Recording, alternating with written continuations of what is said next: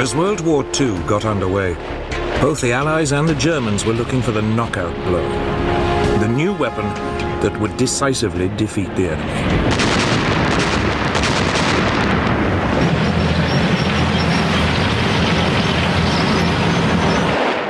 For Hitler's Germany, the problem was that Britain was an island. His tanks couldn't blitzkrieg across the Channel.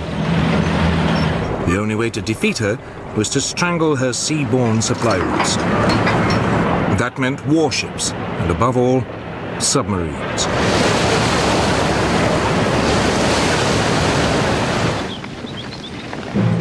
For the Western Allies, the problem was attacking Germany when there were no Allied troops in mainland Europe. The solution they adopted was strategic bombing. Aerial bombardment aimed at destroying Germany's infrastructure and pounding its people into submission.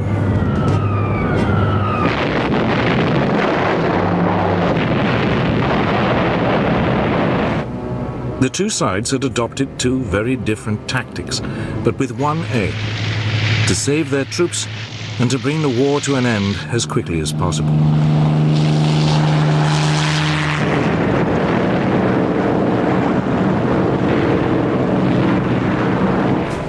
For the British military command, bombing remained the only way of striking directly at Hitler's Germany.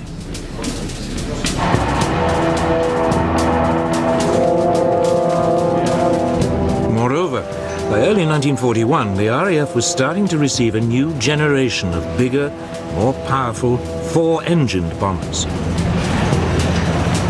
These could carry loads of up to 18,000 pounds of bombs, 4 times the capacity of earlier aircraft.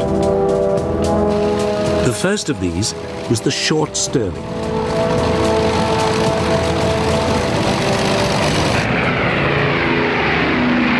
To begin with, the plan was not to hit the German population, but specific infrastructure targets, cutting transport and oil supplies, damaging Germany's ability to wage war. But it suffered one central problem. Britain's bombing was extremely inaccurate.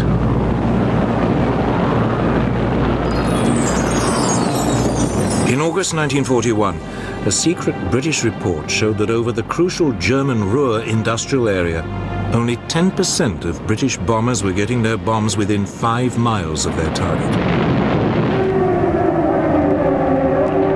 At the same time, the German air defenses were taking a terrible toll on British planes.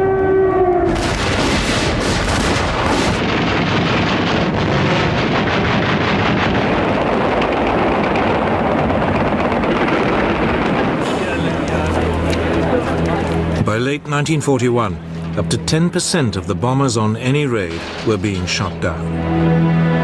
A loss rate which couldn't be sustained.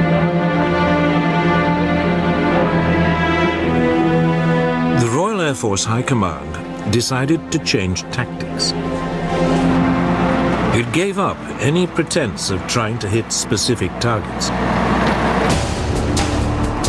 Instead, Bomber Command was instructed to undertake what it called area bombing, a euphemism for what is known today as carpet bombing. The idea was to deliberately target an entire area of a city, regardless of the civilian population. In the chilling words of the British Air Ministry, it would destroy the morale of the civilian population and, in particular, of industrial workers.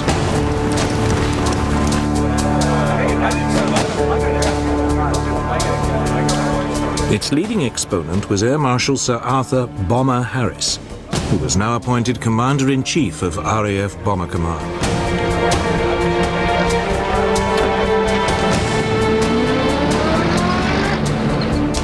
There are a lot of people who say that bombing can never win a war. Well, my answer to that is that it has never been tried yet, and we shall see. They sowed the wind, and now they are going to reap the whirlwind. In spring 1942, Harris launched what was, in effect, a huge public relations stunt for what he preferred to call strategic bombing. gathered every available aircraft in Bomber Command. Over 1,000 took off for the German city of Cologne.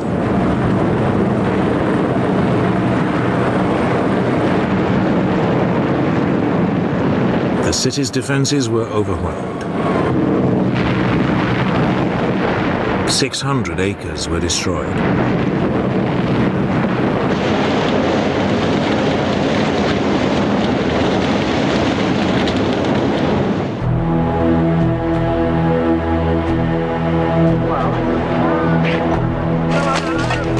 But only 39 British aircraft were lost.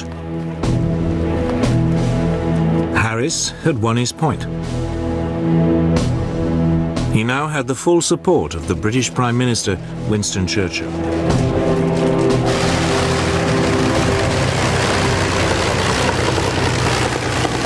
He also now had an outstanding new weapon, the Avro Lancaster, the finest heavy night bomber of the war.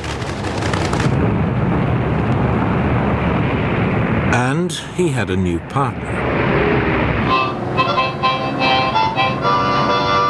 By the summer of 1942, the United States had joined the air war in Europe. American planes began to appear in Britain.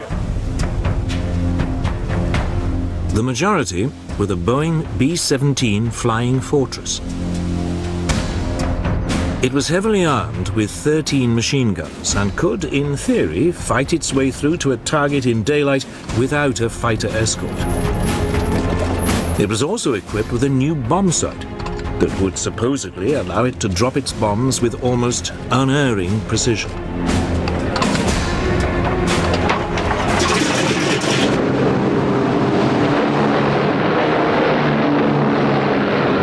These features encouraged the Americans to ignore the lessons of the early British campaign and return to targeted raids on Germany's infrastructure. In August 1942, the Americans put the Flying Fortress to the test. 12 of them attacked marshalling yards near Rouen in France.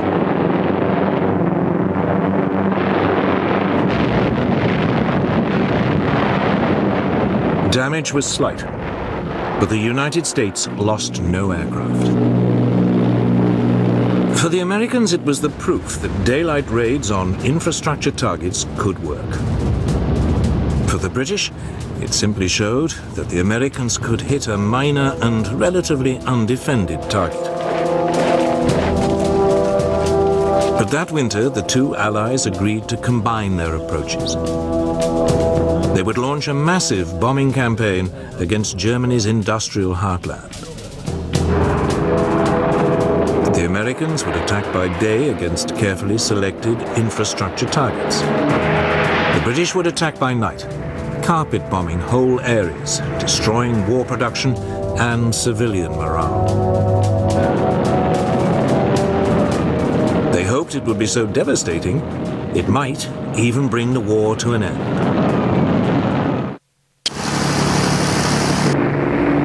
In March 1943, British planes took off for the German industrial city of Essen. High-speed Mosquito light bombers went in first, dropping flares to highlight the targets. Then a force of nearly 450 Lancaster bombers swept over the city, dropping their loads.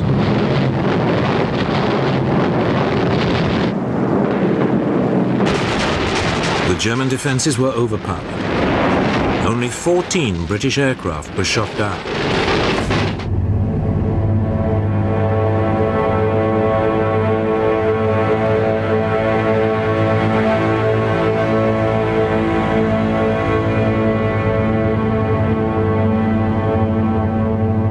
The Essen raid was followed by wave after wave of similar attacks on industrial towns in the Ruhr.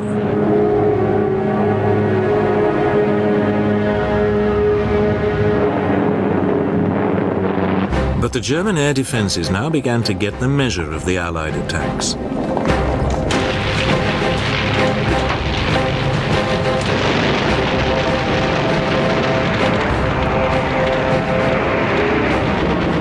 Britain's losses climbed to 1 in 10. Harris was forced reluctantly to call a halt to the attacks.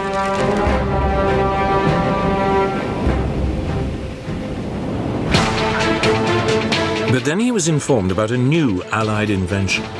Codenamed Window, it consisted of clouds of aluminium foil strips dropped from an aircraft. As the foil fell, it jammed any radar system. It promised to cripple the German air defenses.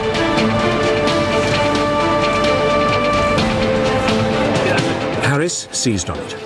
And 4 months after the Essen raid, in July 1943, he went back on the offensive. He called it Operation Gomorrah. The target this time was the industrial port of Hamburg.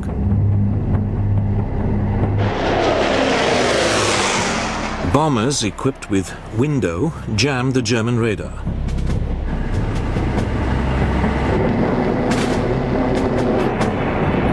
Other aircraft dropped incendiary bombs.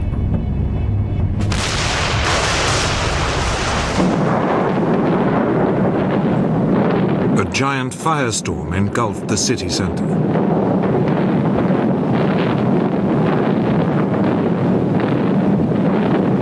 "40,000 people died, and 500,000 were made homeless.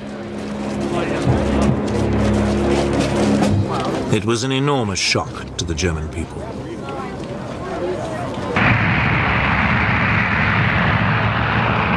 Four months later, in the autumn of 1943, Harris followed Hamburg with a series of attacks on Berlin.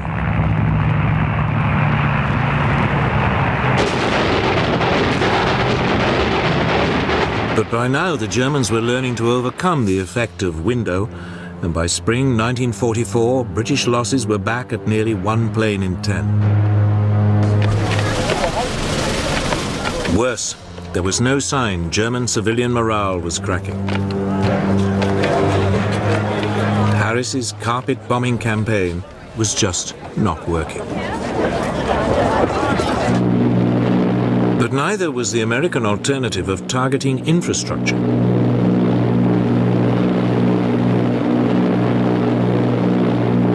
By the spring of 1943, US Army Air Force daylight raids were steadily reaching deeper into Germany.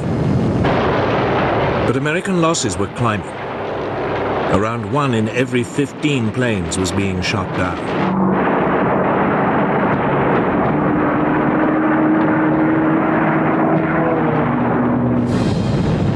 Yet undaunted, the American command now launched an attack on factories in the German towns of Regensburg and Schweinfurt. It was hugely ambitious.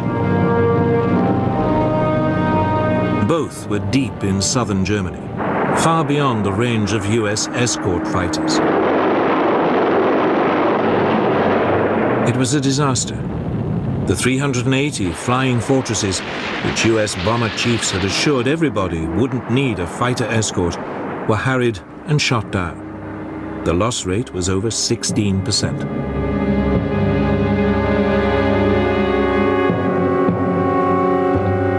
The US was forced to suspend its bombing campaign. The war in the air had reached stalemate, and there was still no sign of it helping to usher in a victory.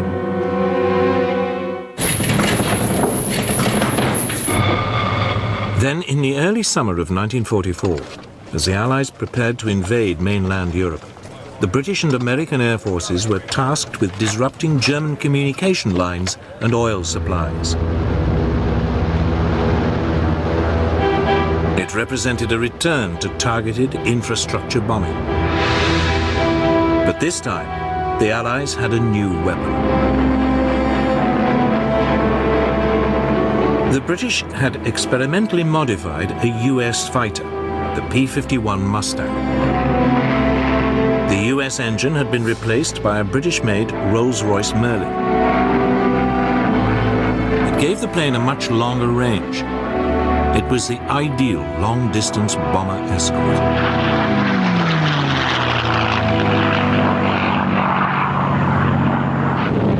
Allied bombers hit bridges and roads leading to the German front in France with almost surgical precision. Oil supplies to the German military were drastically reduced.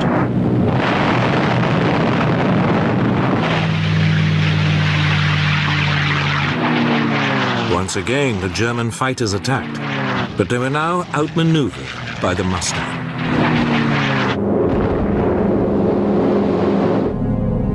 But one man was not impressed. Bomber Harris was still obsessed with the idea that ever more devastating carpet bombing attacks would stop Germany in her tracks once and for all. So it was that in late 1944, Britain returned to carpet bombing. German city after city was hit and devastated.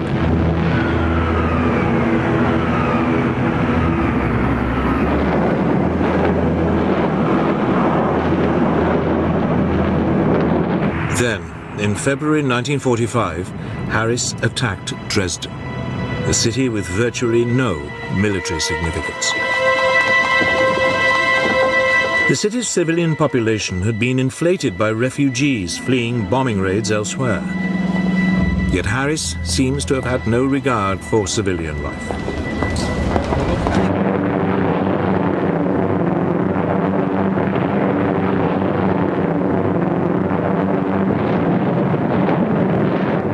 The city was flattened.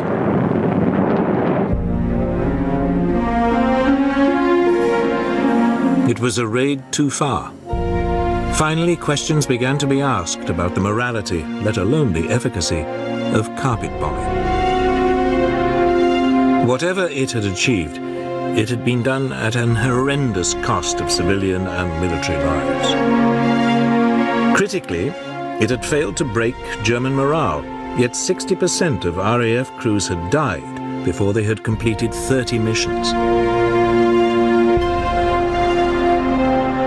For all the hopes put in it, carpet bombing had not come up with the knockout blow.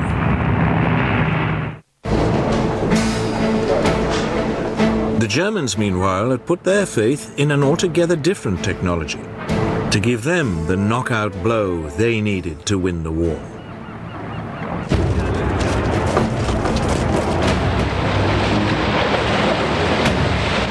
For Germany, Britain was a problem. It was an island. And for once, Hitler's formidable land forces were useless. Britain also had a much more powerful navy. Yet Hitler calculated that if he used what he had strategically, he could fatally disrupt the sea convoys that were keeping Britain supplied with everything from oil to food.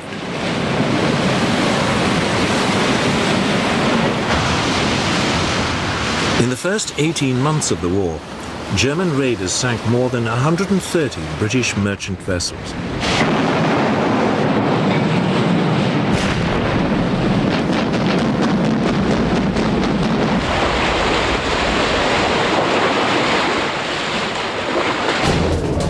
Some of the most effective raiders were the so-called pocket battleships, small but powerful warships designed in the 1930s to circumvent restrictions imposed on German rearmament after World War I.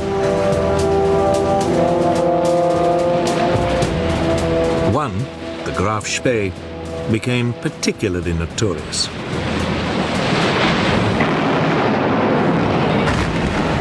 In a matter of weeks, she sank 9 Allied merchant ships in the South Atlantic before being cornered off the River Plate in South America and Scotland.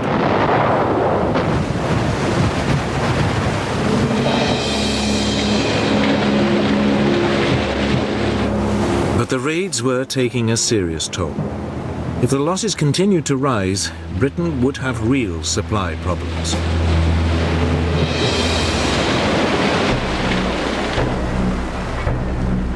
Then, in early spring 1941, Germany's first and only 2 full-sized battleships completed their sea trials.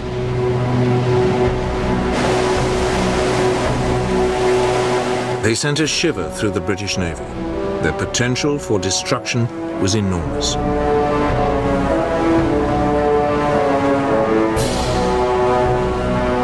First into action was the Bismarck. In May, RAF reconnaissance aircraft spotted her in the Norwegian port of Bergen, trying to sneak out into the North Atlantic. The British Navy set off in pursuit. 2 days later, the Bismarck was sighted in the North Atlantic. Britain's latest battleship, the Prince of Wales, was sent to intercept her. With her was the British battlecruiser, Hood.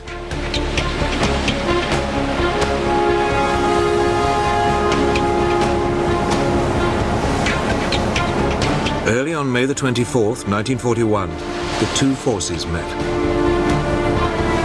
It was the first time the two sides' battleships had squared up to each other.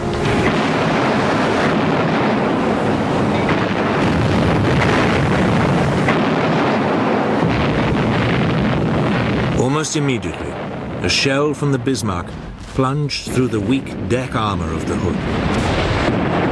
It penetrated one of the aft magazines. There was a huge explosion. Only 3 of the Hood's 1,200 crew survived. The Prince of Wales, now outnumbered, retreated. It was round 1 to the Bismarck. 2 days later, Bismarck was spotted again, this time far to the south, several hundred miles off the coast of France. British Swordfish torpedo bombers swooped in.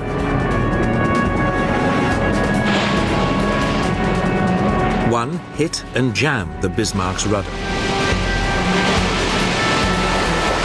The following morning, 2 British battleships, the Rodney and King George V, caught up with the crippled Bismarck.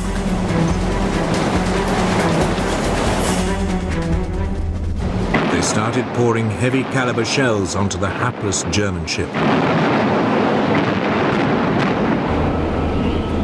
She was soon reduced to a blazing wreck. Bismarck was finally sunk by a torpedo. All but 110 of her 2,300 crew perished. The Bismarck had been sunk before she'd had a chance to prove her worth. Hitler had lost the battle at sea, at least on the surface. But below the waves, it was a different story.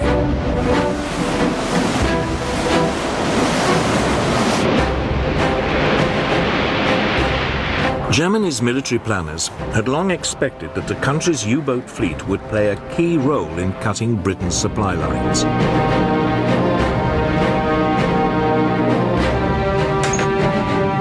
They could sneak up underwater on British merchant vessels, attacking them at the last moment. The submarines were also extremely agile on the surface.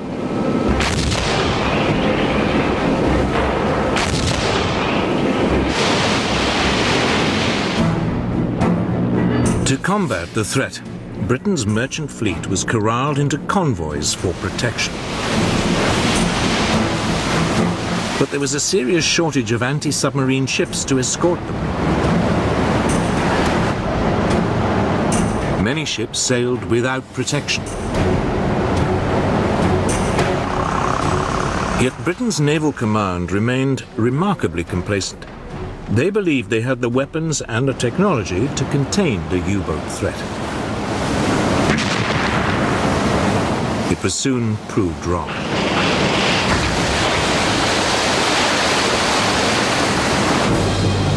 In the early months of the war, Britain's supply lines were harassed and disrupted.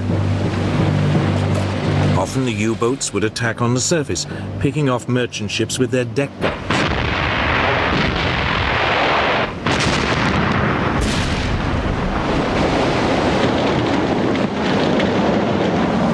In response, the Royal Navy sent aircraft carriers equipped with submarine hunting aircraft to patrol the sea lanes used by the convoys. But they had only limited effect.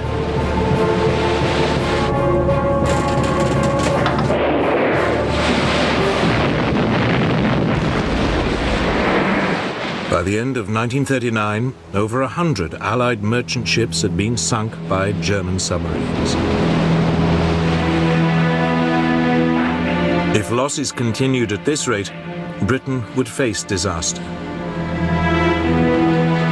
Oil, food, and weapons would all begin to run short.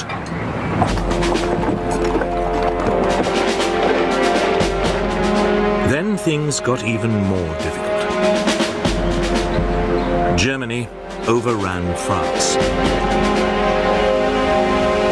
Suddenly, the German Navy, which until now had been largely bottled up in the North Sea, had access to France's Atlantic seaboard.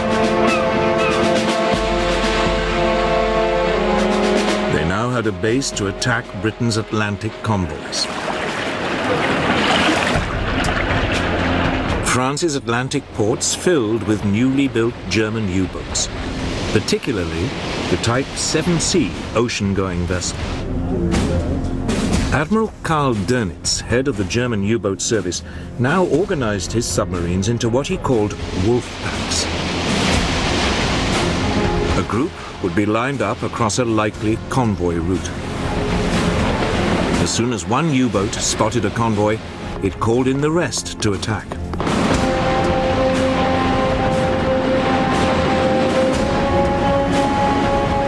Sometimes the U-boats were also guided by long-range patrol aircraft.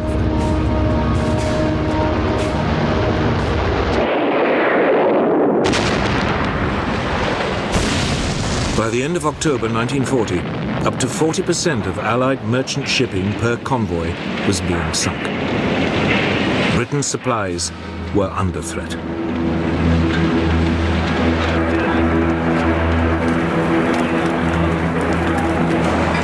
German U-boat crews called it the happy time, and top U-boat commanders became national heroes.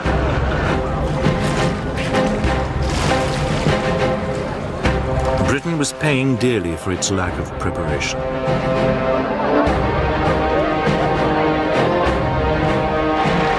But finally, things began to change. A crash-building program of anti-submarine escort vessels was producing results.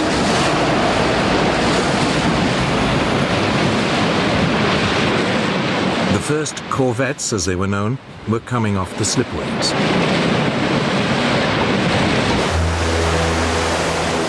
For the first time, Britain could set up permanent groups of warships to escort the supply convoys. But their effectiveness was limited by the fact that their top speed was 15 knots, 2 knots slower than the surface speed of a U-boat.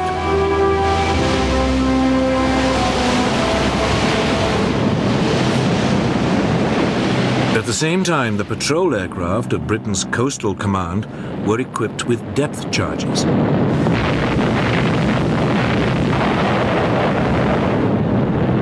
They lacked the range to cover the mid-Atlantic, but U-boats on the surface near their bases could be harried and forced to submerge.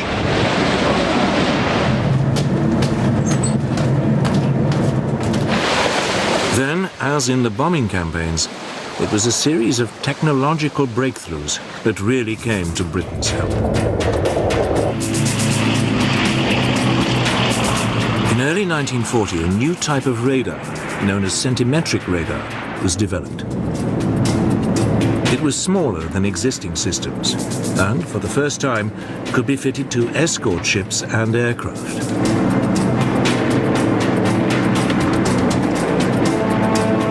Now, any German U-boat on the surface was vulnerable.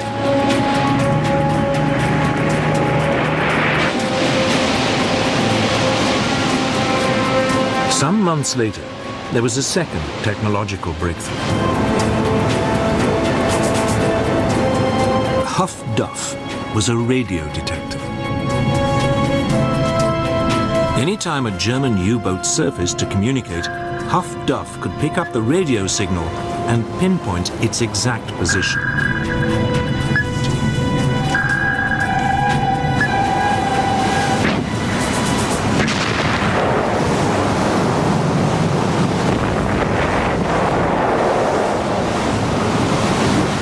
steadily, during the spring of 1941, Britain began to contain the U-boat threat. Merchant shipping losses fell by more than half.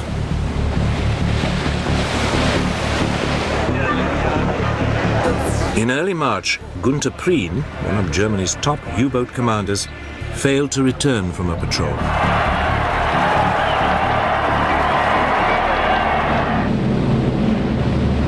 Shortly afterwards, two more top German U-boat commanders lost their lives in quick succession.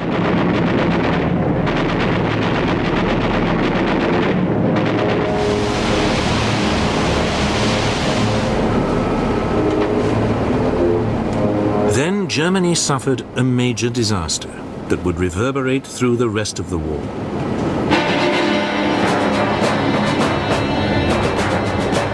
In May 1941, the British destroyer Bulldog forced U-110 to the surface and captured the submarine.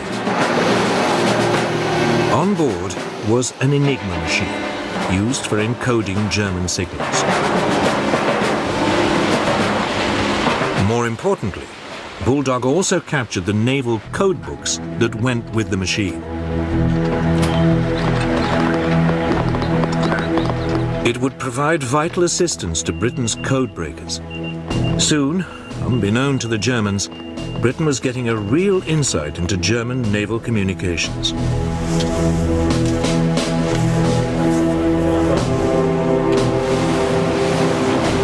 For the Royal Navy, it meant convoys could now be routed away from the U-boat wolfpacks.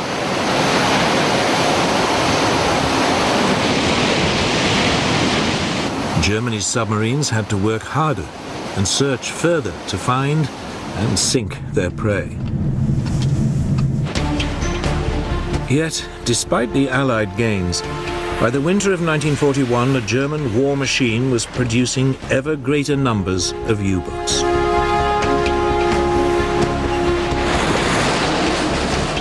The long-term outlook for Britain's supply routes still looked ominous. Then, in December 1941, the war at sea changed decisively.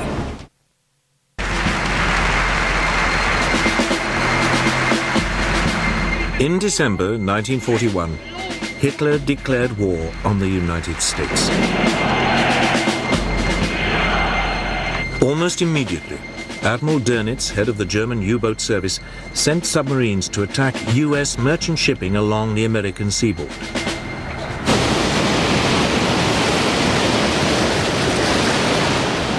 At first, only a few of his submarines, the new Type 9, were capable of making the long voyage from Europe. They found easy pickings. The US Navy's Commander-in-Chief, Admiral Ernest King, had resisted British advice to corral his merchant ships into convoys.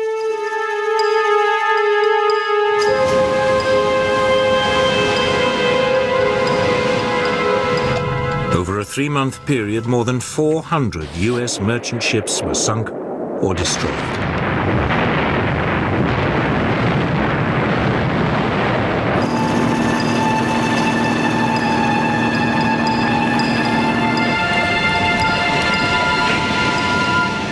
America was learning the tough lesson Britain had already learnt. Something had to be done.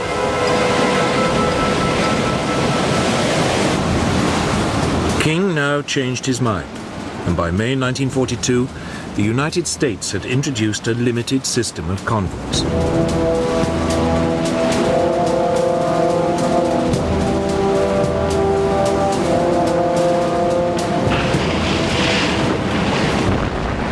By July, the US losses were falling. It forced the Germans to adopt a new tactic.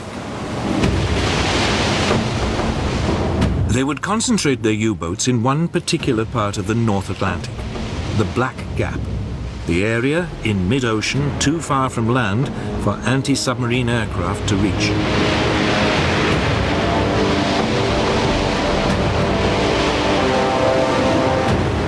Often a convoy would be hit by more than 15 submarines coming at it in waves.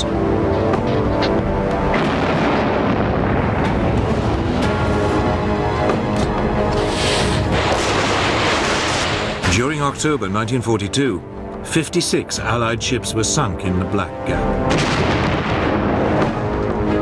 By the following March, Allied losses had reached 120 ships in a single month.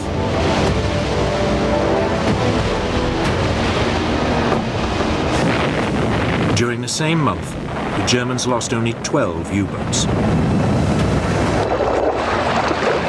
Hitler's tactic of disrupting Britain's supply lines so severely the country would collapse seemed a real possibility. It looked as though his U-boats might win him the war.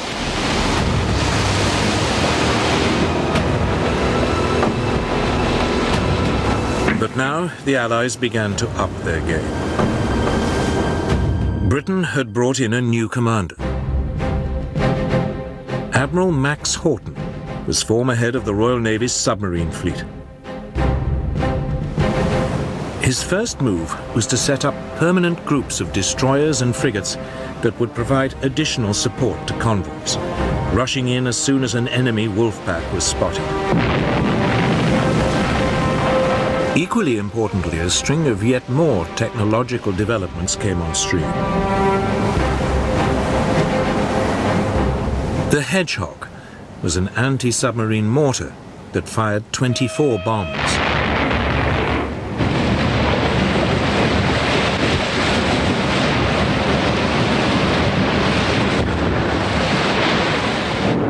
Allied aircraft were fitted with a new high-powered searchlight, the Lee light.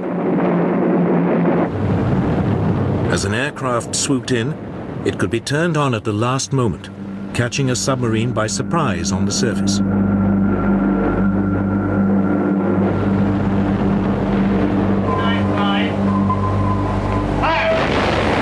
The steady technological advance now began to pay off.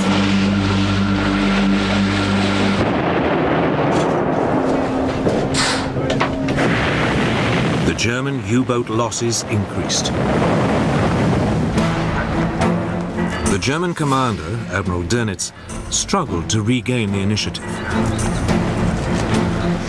In April, he ordered an all-out U-boat attack on convoy ONS-5, a convoy of 43 merchant ships traveling from Liverpool to Canada. It was designed to be a demonstration of German naval force. 40 U-boats descended on the convoy.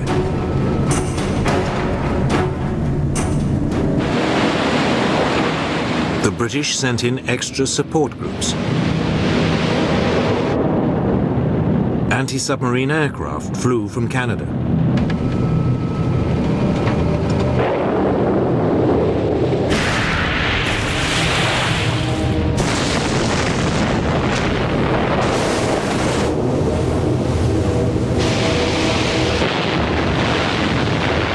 It would take 4 days for the Allies to beat off the German attack. 11 merchant ships were sunk, but the Germans had lost 7 U-boats.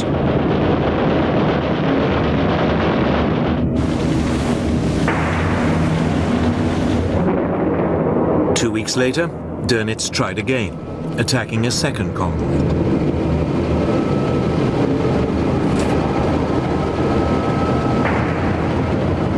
It was a disaster. 5 U-boats were sunk without a single merchant ship being lost.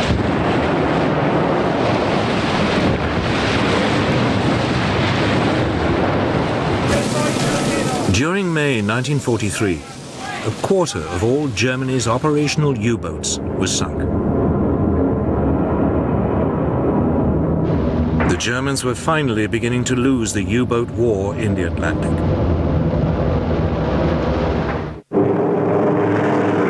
The Allies now took the battle to the Germans.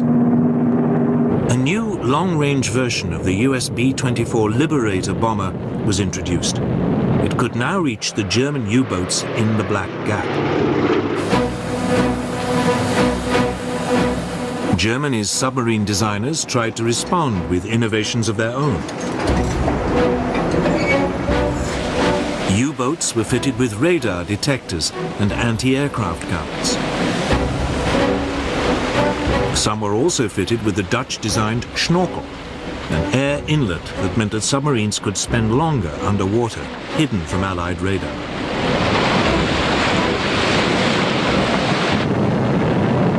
But it was too little, too late. The Allies still found them.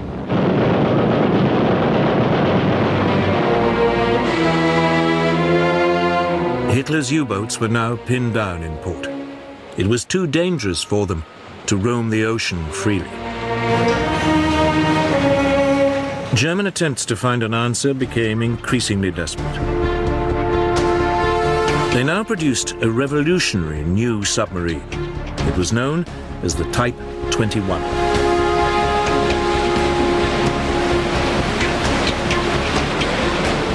It was electric-powered and capable of 17 knots while submerged, over twice the speed of a traditional submarine and fast enough to outrun most surface vessels. But again, it was too late. Only one ever became operational, and it never made contact with the enemy. By the end of 1943, the Allies dominated the Atlantic. It was a turning point in the war. Hitler's U-boat campaign had taken a terrible toll on both sides. The Germans lost nearly 800 submarines. 75% of the U-boat crews perished. On the Allied side, some 32,000 sailors died.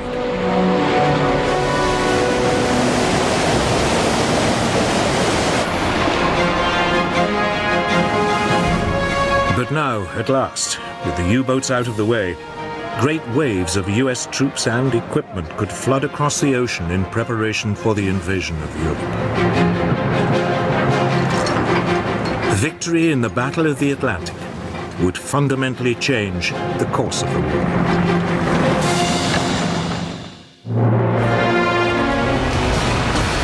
接下来，经过长时间的努力却徒劳无获时，紧绷的情绪瞬间爆发。一位船长用尽了所有的鱼饵，逼不得已必须向外求助。Everything I own is on the line here. 渔人的搏斗接着播出。